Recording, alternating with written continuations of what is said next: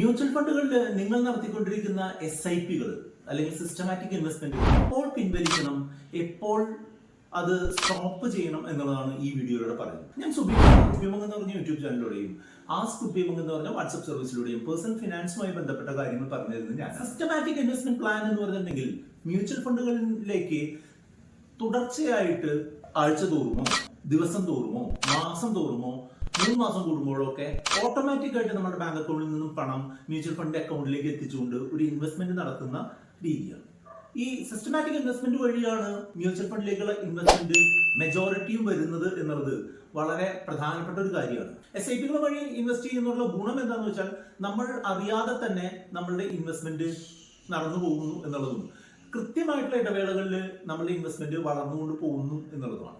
നമ്മളിപ്പോൾ ഒരു മാസശമ്പളക്കാരനാണ്, മാസശമ്പളം കിട്ടിയ ഉടനെ തന്നെ നമ്മൾ ആ മ്യൂച്വൽ ഫണ്ടിൽ ഇൻവെസ്റ്റ്മെന്റ് ഓട്ടോമാറ്റിക് ആയിട്ട് പോവുകയാണെന്നുണ്ടെങ്കിൽ നമ്മളുടെ ഇൻവെസ്റ്റ്മെന്റ് കൃത്യമായിട്ട് നടക്കുന്നത് ഉറപ്പുവരുന്നതോടൊപ്പം തന്നെ നമ്മളുടെ ചെലവുകൾ ഒരു പരിധിവരെ നിയന്ത്രിക്കുന്നതിനും അത് ഹെൽപ്പ് ആവാറുണ്ട് എന്നത് പലരും നമ്മളോട് സൂചിപ്പിച്ചിട്ടുള്ള കാര്യമാണ്. അപ്പോൾ ഇങ്ങനെ ഡെയിലിയോ വീക്ക്ലിയോ മന്ത്ലിയോ ഒക്കെ ചെയ്യുന്ന SIP-കൾ എപ്പോൾ സ്റ്റോപ്പ് ചെയ്യണം, എപ്പോൾ അതിൽ നിന്ന് പണം പിൻവലിക്കണം എന്നുള്ളത് വളരെ പ്രധാനപ്പെട്ട ഒരു ചോദ്യമാണ് എന്നുണ്ടെങ്കിലും പലരും അത് ആൻസർ ചെയ്യാറില്ല എന്നതാണ്. ഇന്ന് ഈ വീഡിയോയിലൂടെ പറയുന്നത് നമ്മൾ എപ്പോൾ SIP-കൾ സ്റ്റോപ്പ് ചെയ്യണം അല്ലെങ്കിൽ എപ്പോൾ നമ്മൾ അതിൽ നിന്ന് പണം പിൻവലിക്കണം എന്നുള്ളത്. ആദ്യമായിട്ട് പറഞ്ഞു തരാനുള്ളത്, നമ്മളുടെ ആവശ്യങ്ങൾ പൂർത്തീകരിക്കപ്പെട്ടിട്ടില്ല എന്നുണ്ടെങ്കിൽ ഒരു കാരണവശാലും SIP-കൾ സ്റ്റോപ്പ് ചെയ്യരുത് എന്നുള്ളതാണ് ആദ്യമേ നിങ്ങളോട് പറഞ്ഞുതരാം. കാരണം എന്താണെന്ന് വെച്ചാൽ നമ്മൾ എന്തെങ്കിലും ഒരു ഗോളിനെ ബേസ് ചെയ്തുകൊണ്ടായിരിക്കും SIP-കൾ സ്റ്റാർട്ട് ചെയ്തിട്ടുണ്ടാവുക. അതിപ്പോ ഒരു മാർക്കറ്റ് കൂടിയെന്നോ കുറഞ്ഞെന്നോ കണ്ടുകൊണ്ട് നമ്മൾ SIP-കൾ സ്റ്റോപ്പ് ചെയ്യാൻ പാടില്ല. അതുപോലെ മാർക്കറ്റ് വളരെ വലിയ താഴ്ചയിലേക്ക് പോയി എല്ലാവരും പാനിക്കായി എന്നുള്ള ഒരു സിറ്റുവേഷനിലും നമ്മളുടെ ഗോളിനനുസരിച്ച് ഇൻവെസ്റ്റ്മെന്റ് ചെയ്ത് മുന്നോട്ട് പോകുന്ന ആളുകളാണ് എന്നുണ്ടെങ്കിൽ അത് കണ്ടിന്യൂ ചെയ്യുക തന്നെയാണ് വേണ്ടത്. അല്ലാതെ എന്തെങ്കിലും ഒരു എക്സ്റ്റേണൽ കാര്യങ്ങൾ കൊണ്ട് നമ്മളുടെ ഇൻവെസ്റ്റ്മെന്റ് ഡിസിഷനെ സ്റ്റോപ്പ് ചെയ്യിക്കാനായിട്ട് പോകരുത് എന്നുള്ളതാണ് പറഞ്ഞുതരാം. നിങ്ങൾ നിക്ഷേപിച്ചുകൊണ്ടിരിക്കുന്ന സമയത്താണ് സ്റ്റോക്ക് മാർക്കറ്റിൽ കാര്യമായിട്ടുള്ളൊരു തകർച്ച ഉണ്ടായത് എന്ന് കരുതുക. അങ്ങനെയുള്ള സമയത്ത് നമ്മൾ SIP ചെയ്യുമ്പോൾ ഗുണം എന്താ? നമ്മൾക്ക് കിട്ടുന്ന യൂണിറ്റുകളുടെ എണ്ണം കൂടുതലായിരിക്കും. ഉദാഹരണമായിട്ട് പറയുകയാണെന്നുണ്ടെങ്കിൽ സ്റ്റോക്ക് മാർക്കറ്റിന്റെ സൂചികയായിട്ടുള്ള നിഫ്റ്റി 25,000 എത്തുന്ന സമയത്ത് നമ്മളുടെ മ്യൂച്വൽ ഫണ്ടിന്റെ വില എന്ന് പറയുന്നെങ്കിൽ 100 രൂപയാണ് എന്ന് കരുതുക. നമ്മൾ 10,000 രൂപ SIP ചെയ്യുന്ന ഒരാളാണെന്നുണ്ടെങ്കിൽ നമ്മൾക്ക് ഈ 100 രൂപ NAV ഉള്ള സമയത്ത് നമ്മൾ നിക്ഷേപിക്കുമ്പോൾ നമുക്ക് 100 യൂണിറ്റുകൾ കിട്ടും. 100 യൂണിറ്റ് ഇൻറ്റു 100 രൂപ സമം 10,000 രൂപ. അങ്ങനെ ഉള്ള സിറ്റുവേഷനിൽ പെട്ടെന്ന് ഈ 25,000 എന്ന് പറഞ്ഞിട്ടുള്ള നിഫ്റ്റി സൂചിക 20,000 ആയിട്ട് കുറഞ്ഞു എന്ന് കരുതുക. അങ്ങനെയാണെന്നുണ്ടെങ്കിൽ മിക്കവാറും നമ്മുടെ മ്യൂച്വൽ ഫണ്ടുകളുടെ വില ഒരു 80 ഒക്കെ ആയിട്ട് താഴാനുള്ള സാധ്യതയുണ്ട്. ഈ 80 ആയിട്ട് താഴുമ്പോൾ നമ്മൾ SIP കണ്ടിന്യൂ ചെയ്യാണ്, 10,000 രൂപയുടെ SIP കണ്ടിന്യൂ ചെയ്യുകയാണെന്നുണ്ടെങ്കിൽ നമ്മൾക്ക് കിട്ടുന്ന യൂണിറ്റുകൾ 125 എണ്ണമായിരിക്കും. 125 ഇൻറ്റു 80 രൂപ സമം 10,000 രൂപ. അപ്പോൾ നമ്മൾ മാർക്കറ്റ് താഴ്ന്ന സമയത്ത് നമ്മൾ ഇൻവെസ്റ്റ്മെന്റ് കണ്ടിന്യൂ ചെയ്യുകയാണെന്നുണ്ടെങ്കിൽ നമ്മൾക്ക് കൂടുതൽ യൂണിറ്റുകൾ കിട്ടാനും മാർക്കറ്റ് തിരിച്ചു കയറി പോകുമ്പോൾ നമ്മൾക്ക് അതിൽ നിന്നുള്ള ലാഭം കൂടുതൽ ലഭിക്കാനുള്ള സാധ്യതയുണ്ട്. അതുകൊണ്ടാണ് മാർക്കറ്റ് താഴുന്ന സമയത്ത് ഒരു കാരണവശാലും നമ്മളുടെ ഗോളുകൾ അടുക്കാത്ത ഒരു സിറ്റുവേഷൻ ആണ് എന്നുണ്ടെങ്കിൽ നമ്മൾ മ്യൂച്വൽ ഫണ്ട് SIP-കൾ സ്റ്റോപ്പ് ചെയ്യരുത് എന്ന് പറയും. അതുപോലെ തന്നെ മാർക്കറ്റ് കയറിക്കൊണ്ട് പോവുകയാണെന്നുണ്ടെങ്കിലും അപ്പോൾ നമ്മൾ സ്റ്റോപ്പ് ചെയ്ത് കഴിഞ്ഞിട്ടുണ്ടെന്നുണ്ടെങ്കിൽ നമ്മൾക്ക് ആ മാർക്കറ്റ് കയറിയത് വീണ്ടും മുകളിലേക്കാണ് കയറി പോകുന്നത് എന്നുണ്ടെങ്കിൽ നമുക്ക് അതിന്റെ ഒരു ഓപ്പർച്യൂണിറ്റി നഷ്ടമാണ് വരാനായിട്ട് പോകുന്നത്. ഇനി കണ്ടിന്യൂ ചെയ്തു പോകുന്ന SIP-കൾ 3 തരത്തിൽ നമുക്ക് അതിനെ നിർത്താനോ അതുമായിട്ട് ബന്ധപ്പെട്ടിട്ടുള്ള കാര്യങ്ങൾ അവസാനിപ്പിക്കാനോ കഴിയും. ഒന്നാമത്തെ കാര്യം എന്ന് പറഞ്ഞിട്ടുണ്ടെങ്കിൽ പല പ്ലാറ്റ്ഫോമുകളും തരുന്ന പോസ് എന്ന് പറഞ്ഞിട്ടുള്ള ആക്ടിവിറ്റിയാണ്. പോസ് എന്ന് പറഞ്ഞിട്ടുണ്ടെങ്കിൽ നമ്മൾ കണ്ടിന്യൂ ചെയ്തു പോകുന്ന SIP-കൾ അടുത്ത 3 ഇൻസ്റ്റാൾമെന്റുകൾ അടയ്ക്കാതെ 4ാമത്തെ ഇൻസ്റ്റാൾമെന്റ് മുതൽ അടച്ച് തുടങ്ങാം എന്നുള്ള ഒരു രീതിയാണ് പോസ് എന്ന് പറയുക. പോസ് എന്ന് പറഞ്ഞിട്ടുള്ള കാര്യം എപ്പോഴാണ് ചെയ്യുന്നത് എന്ന് വെച്ചാൽ നമ്മൾക്ക് അപ്രതീക്ഷിതമായിട്ടുള്ള ചെലവുകൾ അടുത്ത 2-3 മാസം വരാനായിട്ട് സാധ്യതയുണ്ട്. അതുകൊണ്ട് തന്നെ നമ്മളുടെ ഇൻവെസ്റ്റ്മെന്റുകൾ നടത്താൻ സാധിക്കില്ല എന്നുള്ള സിറ്റുവേഷൻ വരികയാണെന്നുണ്ടെങ്കിൽ നമ്മൾക്ക് ഈ പോസ് എന്ന് പറഞ്ഞിട്ടുള്ള മെത്തേഡ് ഉപയോഗിക്കാം. പല പ്ലാറ്റ്ഫോമുകളും പോസ് എന്ന് പറഞ്ഞിട്ടുള്ള SIP പോസ് ചെയ്യാനുള്ള ഓപ്ഷനുകൾ കൊടുക്കുന്നുണ്ട്. ഇങ്ങനെ പോസ്റ്റ് ചെയ്ത് കഴിഞ്ഞ് 3 മാസം കഴിഞ്ഞിട്ടും നിങ്ങൾ കരുതുകയാണ് നിങ്ങൾക്ക് ആ പഴയ ഇൻവെസ്റ്റ്മെന്റ് തിരികെ കൊണ്ടുപോകാൻ സാധിക്കുന്നില്ല എന്നുണ്ടെങ്കിൽ നിങ്ങൾ തീർച്ചയായിട്ടും അത് സ്റ്റോപ്പ് ചെയ്യാനായിട്ട് നിങ്ങൾക്ക് പരിഗണിക്കാം.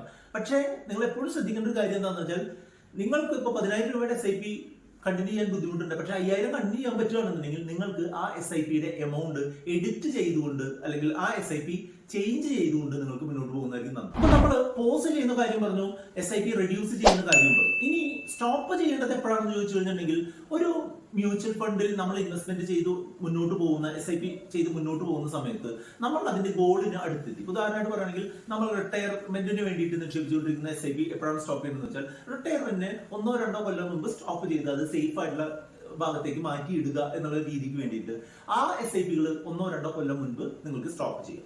നമ്മൾ ചെയ്തുകൊണ്ടിരിക്കുന്ന ഒരു SIP ആ ഫണ്ട് അത്ര നന്നായിട്ട് പെർഫോം ചെയ്യുന്നില്ല, കാലാകാലമായിട്ട് മോശമായിട്ട് പെർഫോം ചെയ്തു വരുന്ന ഒരു ഫണ്ടാണ് എന്ന് കരുതുകയാണ് എന്നുണ്ടെങ്കിൽ, അത്തരം സിറ്റുവേഷനിലും കുറച്ച് സമയത്തിന് നമുക്ക് ഇൻവെസ്റ്റ്മെന്റ് ഒഴിവാക്കുന്നതിനായിട്ട്, അല്ലെങ്കിൽ കൂടുതൽ സമയത്തിന് ഇൻവെസ്റ്റ്മെന്റ് ഒഴിവാക്കുന്നതിനായിട്ട്, അല്ലെങ്കിൽ പൂർണ്ണമായിട്ട് ഒഴിവാക്കുന്നതിനായിട്ട് നമുക്കത് സ്റ്റോപ്പ് ചെയ്യാം. പണം പിൻവലിക്കുന്നത് രണ്ടാമത്തെ ഒരു ആക്ഷനാണ്. അതിനെ പറയാ റീഡീം എന്നാണ്.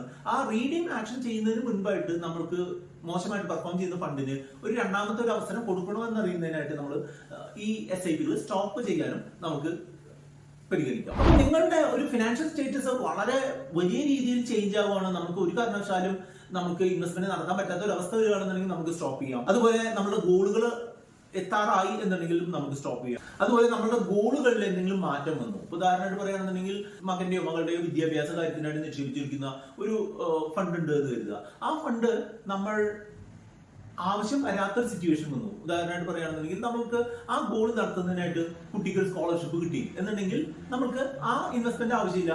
അപ്പൊ ആ ഫണ്ട് ചിലപ്പോൾ ആ സമയത്ത് നമുക്ക് യോജിക്കുന്നുണ്ടാവില്ല. അപ്പൊ ആ ഫണ്ടിലേക്കുള്ള SIP നമുക്ക് അപ്പോൾ സ്റ്റോപ്പ്. SIPയുടെ ഏറ്റവും പ്രധാനപ്പെട്ട ഒരു പ്രത്യേകത അല്ലെങ്കിൽ പ്രധാനപ്പെട്ട ആവശ്യം എന്ന് പറഞ്ഞിട്ടുണ്ടെങ്കിൽ, നമ്മൾ ഒരു ലോങ് ടേം ആയിട്ടുള്ള ഗോളുകളിലേക്ക് ചെറിയ ചെറിയ തുകകൾ നിക്ഷേപിച്ച് ഒരു കോമ്പൗണ്ടിങ് രീതിയിൽ നമ്മുടെ വെൽത്ത് ബിൽഡ് ചെയ്യുക എന്നുള്ളതാണ്. എന്നുള്ളതുകൊണ്ട് തന്നെ SIP പോസ് ചെയ്യുന്നതോ സ്റ്റോപ്പ് ചെയ്യുന്നതോ ഒന്നും ആദ്യത്തെ ഒരു ആക്ഷൻ ആയിട്ട് എടുക്കരുത്. കൃത്യമായിട്ട് ആലോചിച്ച് ഉറപ്പിച്ചതിന് ശേഷം മാത്രം സ്റ്റോപ്പ് ചെയ്യുക. ഒരിക്കലും ഞാൻ ആദ്യം പറഞ്ഞ പോലെ മാർക്കറ്റ് കൂടുതലായി കുറവായി എന്ന് കണ്ടുകൊണ്ട് ഒരു കാരണവശാലും SIP സ്റ്റോപ്പ് ചെയ്യരുത്.